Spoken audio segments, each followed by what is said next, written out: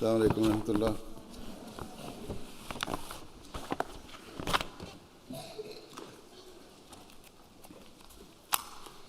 أشهد أن لا إله إلا الله وحده لا شريك له وأشهد أن محمدا عبده ورسوله أما بعد فأعوذ بالله من الشيطان الرجيم بسم الله الرحمن الرحيم الحمد لله رب العالمين الرحمن الرحيم مالك يوم الدين إياك نعبد وإياك نستعين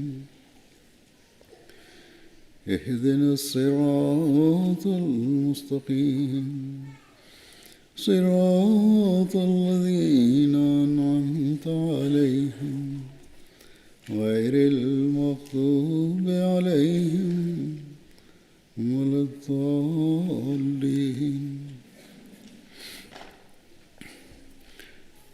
With the grace of Allah Ta'ala, once again you are holding the Waqifat-e-Nau National Ijtema. I hope that you will have all benefited from the various programs and events that have taken place. Just like other Ahmadi girls in the UK, you have grown up in this Western society. However, you are distinct from them in one significant respect, which is that your parents, prior to your birth, dedicated your future lives for the sake of your faith. Your parents prayed that Allah the Almighty enables you to serve Islam and to play a distinguished role in spreading its teachings far and wide. In light of this, always remember that you must constantly strive to learn and act upon the teachings of Islam. For any Ahmadi, in fact, for any Muslim, the most basic obligation is to fulfill the rites of the worship of Allah. Thus, the very first thing I wish to remind you is that you must ensure that you are regular in offering namaz 5 times a day. Further, you must offer namaz sincerely and in a state of complete submission to Allah the Almighty, and not in a hurried way, just so you can claim to have fulfilled your obligation. To truly fulfill the rites of worship, you must always keep at the forefront of your mind that you are bowing before Allah the Almighty, who is all-powerful and all-hearing, and you are presenting your heartfelt hopes and desires to Him. Certainly, the foremost aspiration of any member of Waqif-e-Nau, indeed of any true Muslim, and of any person who has pledged their life to the service of Islam, should be to obtain the nearness of Allah, the Almighty. Consequently, it is of absolute importance that you always try to raise the standards of your worship. The second principal point I wish to draw your attention to is that you must bear in mind that the perfect teaching Allah the Almighty has bestowed upon us is in the blessed shape of the Holy Quran. It is a universal, everlasting, and timeless teaching. Every single instruction of the Holy Quran is according to human nature. And it cannot be suggested that because the Holy Quran was revealed over 1,400 years ago, it is out of date or for a bygone era. Rather, every word of the Holy Quran remains as applicable today as it did in the time of the Holy Prophet sallallahu alaihi wasallam. Nor is it right to say that because of the Quran was revealed amongst the Arabs, it is only for the Arab people. Where the Holy Quran's teachings are for the Arab peoples, they are also for the people of Europe, the Americas, Asia, Africa, and all parts of the world. Hence, in all respects, just as the Holy Quran was relevant and worthy of practice 1,400 years ago, it remains the same today. Therefore, all Waqifat-e-Nau must entirely eliminate from their minds the belief that Islam is an old-fashioned religion or somehow backward. Instead of being a religion of the past, it is a religion of today and tomorrow, and will remain until the end of time, inshallah. Accordingly, no matter what allegations or criticisms are leveled against Islam, you must never feel any embarrassment or complex over your faith. There is no allegation and no criticism that cannot be refuted. The reality is that Allah the Almighty has provided the answer to every charge or accusation made against Islam, whether by non-Muslims or non-religious people, in the Holy Quran itself. Furthermore, we are extremely fortunate that in this era, the Promised Messiah al-Islam has enlightened us to the true meaning and interpretation of the Holy Quran and equipped us with intellectual weapons to respond to those who oppose Islam or query it. Thus, to understand the deeper meanings of the Holy Quran, it is essential you read the books of the Prophet Messiah al-Islam as well as the other books published by the Jamaat.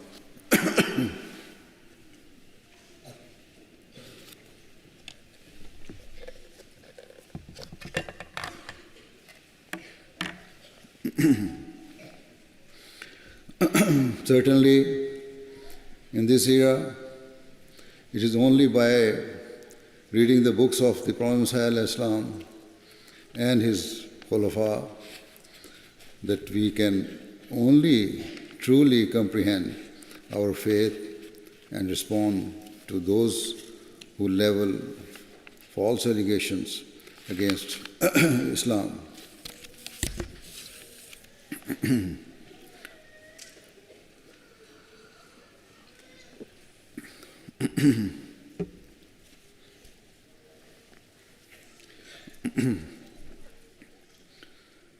Many of you are now in your teenage years, as has been mentioned in the report, while some of you are now adults and have been blessed with your own children. As you have reached an age of understanding and maturity, you must make it a habit to set aside time every day to read the books or writings of the Prophet Messiah al-Islam, as they will furnish you with the necessary means to defend your religion. On many occasions, I have spoken of how Islam's teachings are extremely comprehensive and far-reaching. Indeed, the Holy Quran is filled from cover to cover with knowledge and direction pertaining to all aspects of your lives and the wider society. The Quran guides mankind all the way from the domestic family unit through to international relations. In the same way, Islam has taught us about the rights of the individual, including the rights of children, and it has taught us about the rights of the collective, including the rights of government and public. As I have said, the Prophet Messiah al-Islam has expounded upon these teachings so that the members of his Jama'at are able to understand their faith and defend it from any criticism or false charge. Hence, you should disregard any hesitation or fear and stand up with certainty and conviction in the truth of your faith and respond to those who seek to defame its pure teachings. Irrespective of whether you are working full-time for the Jamaat or not, as a member of Waqifat-e-Nau, it is your duty to propagate the true and peaceful teachings of Islam through your words and conduct. It has always been my experience that when worldly and materialistic people who consider themselves to be extremely advanced and educated are presented with the true beautiful teachings of Islam, they cannot help but be impressed. Particularly considering the raging conflict and division in the world, when we present Islam's peaceful and compassionate teachings, it has an extraordinary effect. Many people are left astonished and overwhelmed by the magnificence of Islam's benevolent teachings. Thus, as sincere Ahmadiyya Muslim girls and ladies, and as members of the Waqifat-e-Nau scheme, you should never hold any form of inferiority complex about your religion. Never entertain the thought that your religion is somehow backward or out of touch with the modern world.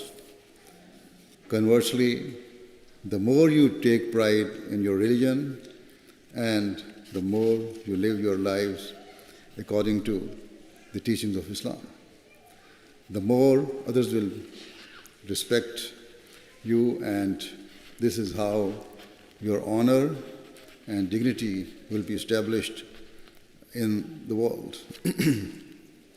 Surely, there is no Islamic teaching that should cause any complex or apprehension to emerge in your minds. Never worry for a second that others might taunt you or consider you to be a laughingstock because of your religious belief. If they mock, let them. Some people criticize or deride parda and hijab, whilst others disparage our way of offering namaz. Unfortunately, some young Ahmadis, particularly teenagers, develop an inferiority complex or feel humiliated and rejected by such ridicule. However, if you are ever mocked for acting upon your religion, you should never take it as a personal humiliation. Rather, you should consider it to be a badge of honor and feel pride in the knowledge that you have stayed strong in your faith in the face of adversity. Showing patience and keeping your head held high in such circumstances is the true means of establishing your honor and self-respect in the world. We are the fortunate ones, as we have not forgotten our values. Today, most people, especially in the Western world, have lost their true religious identity. Even those who claim themselves to be followers of religion are living lives that bear no correlation to their faith. Whilst many young members of Western society still identify as Christians, in reality, the vast majority are not following the teachings of Christianity and have no affinity or link with the church. In fact, a consequence of the lack of interest in religion amongst today's youth has been that as the older generations who were more religiously inclined have passed on, many churches have been left uninhabited to the point that they are being sold on the open market to the highest bidder.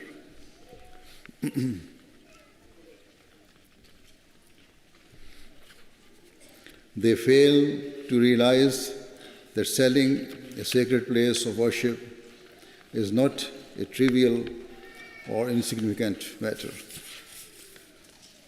Furthermore, in the name of so-called freedom, today's society considers itself to be extremely advanced and progressive, and believe they have reached the height of civilization. Yet, in reality, as society has moved away from religion, moral standards have declined in parallel.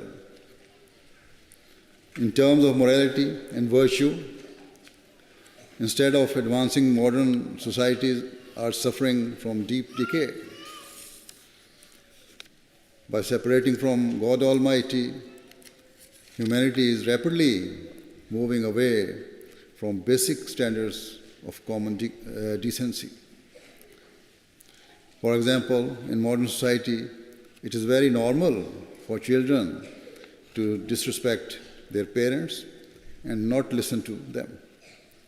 Even a basic level of respect that a child should have for his parents and for his elders is eradicating.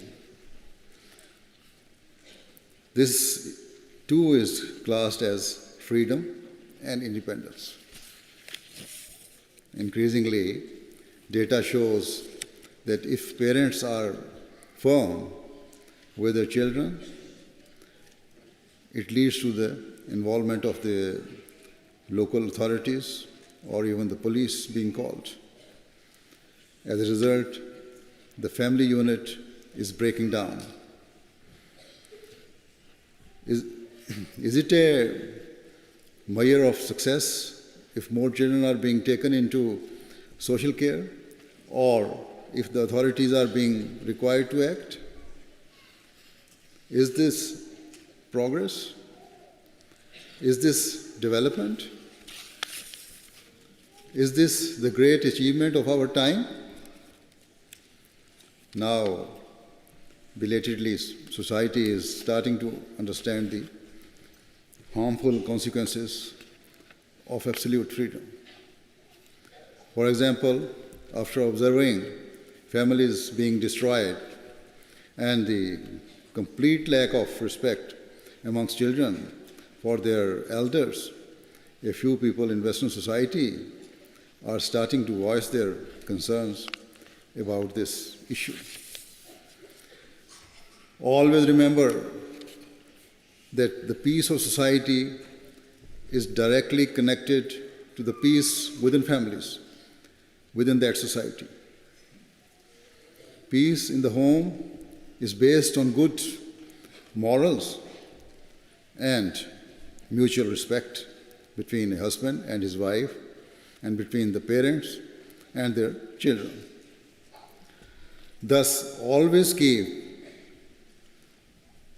in mind that as members of Waqif-e-Nau, it is essential that you manifest the highest morals of all times. All of you, whether you are children, teenagers, or adults, must fulfill the rights of your parents, your siblings, and other family members. Those who are married must treat their children and spouse with love, fulfill their rights, and ensure that their home is a mirror reflection of Islam's teachings.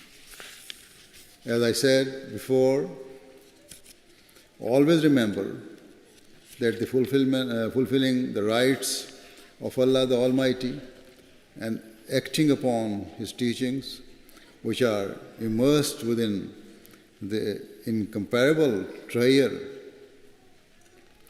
that is the Holy Quran, must always take precedence in our lives. Hence, you must read the Holy Quran, the commentaries of the Prophet Messiah al-Islam and of his Khulafa, and take pride in the fact that you are the worshippers of a living God, and follow a noble Prophet Sallallahu Alaihi Wasallam, whose teachings will remain forevermore, inshallah. Take pride in the fact that your religious belief is your means of success and salvation, both in this world and in the next life. Certainly, if you live your lives according to the teachings of the Holy Quran, you will come to observe paradise within your own homes and daily lives. I also wish to remind the parents of Waqif-e-Nau children that they must continually reflect upon the fact that they have pledged their children for the sake of Islam. And so, if they do not set a pious example for their children, they will have failed to discharge their duties. They will be blameworthy for the failure of their children to grow into true assets for our Jamaat.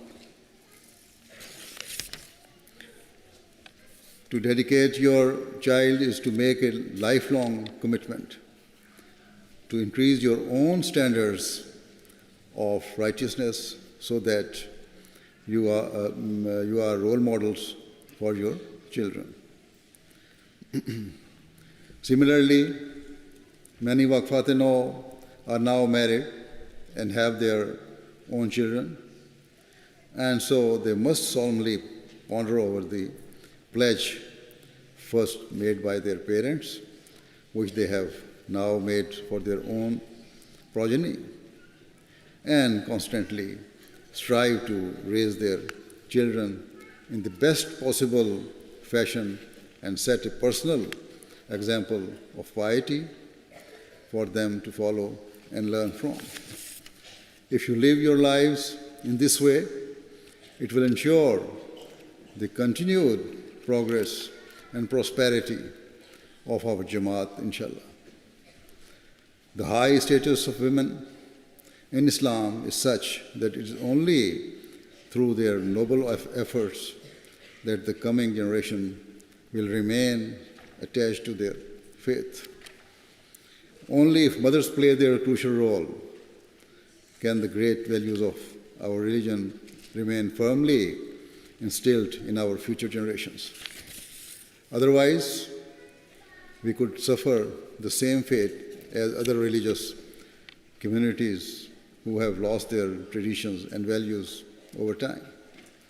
As I said, Christians are selling churches, while some Jewish communities are doing the same with their synagogues.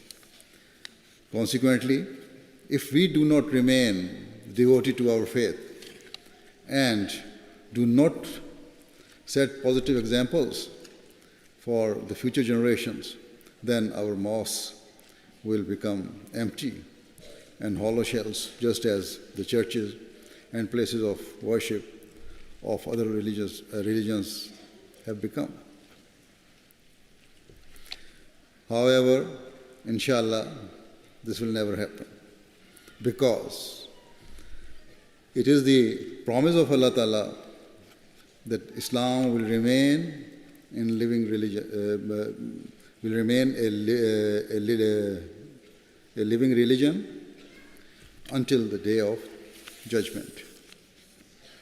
This is why He sent the Prophet Muhammad to revive the true teachings of Islam, and after his demise, the institution of Khilafat was re-established by Allah the Almighty. Hence, it will not be that our mosques are sold off or that the progress of our Jamaat will cease, yet the lives of those Ahmadis who are neglectful of their duties and who do not remain attached to their faith will be squandered, and their future generations will be lost to the materialistic world. Thus, as Ahmadi women and girls, as members and daughters, as mothers and daughters, and as Waqf-e-Zindagi, you must understand your duties. Even if you are not working full-time in a Jamaat department, you are all Waqf-e-Zindagi. And so you must strive to increase your religious knowledge so that you can act upon your faith and instill Islamic values within your children. Be righteous, observe the highest morals, always speak the truth, uphold Islamic principles, and strive to be better Muslim every single day of your lives.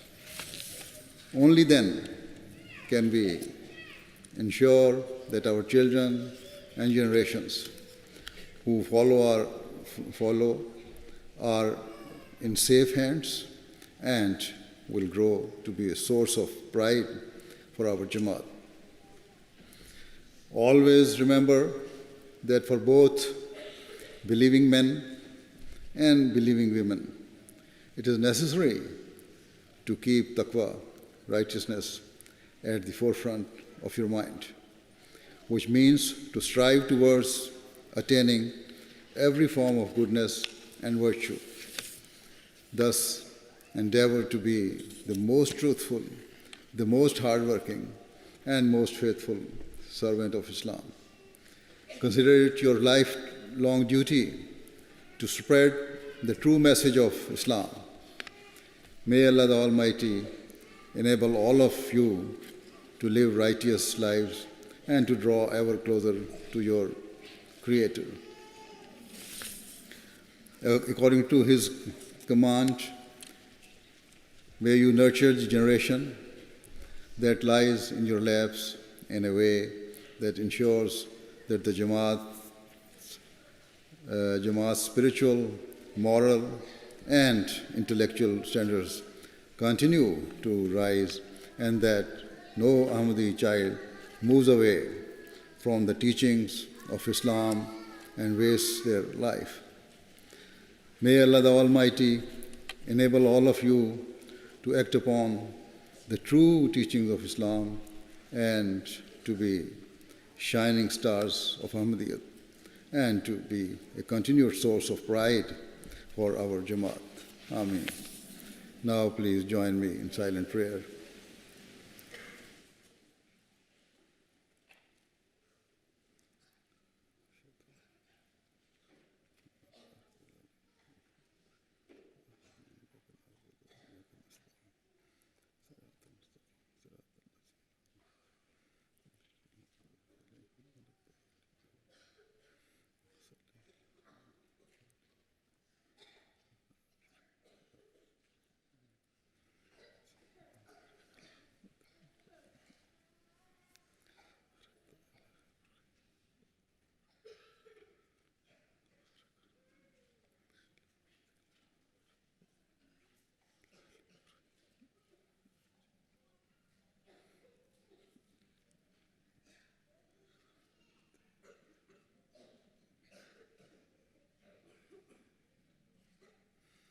Ameen.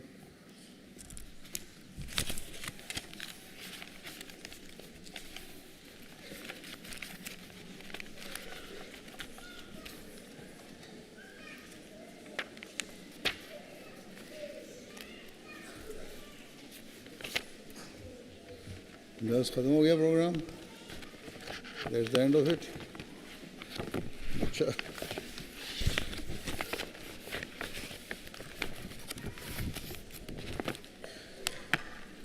अस्सलाम वालेकुम रहमतुल्लाह.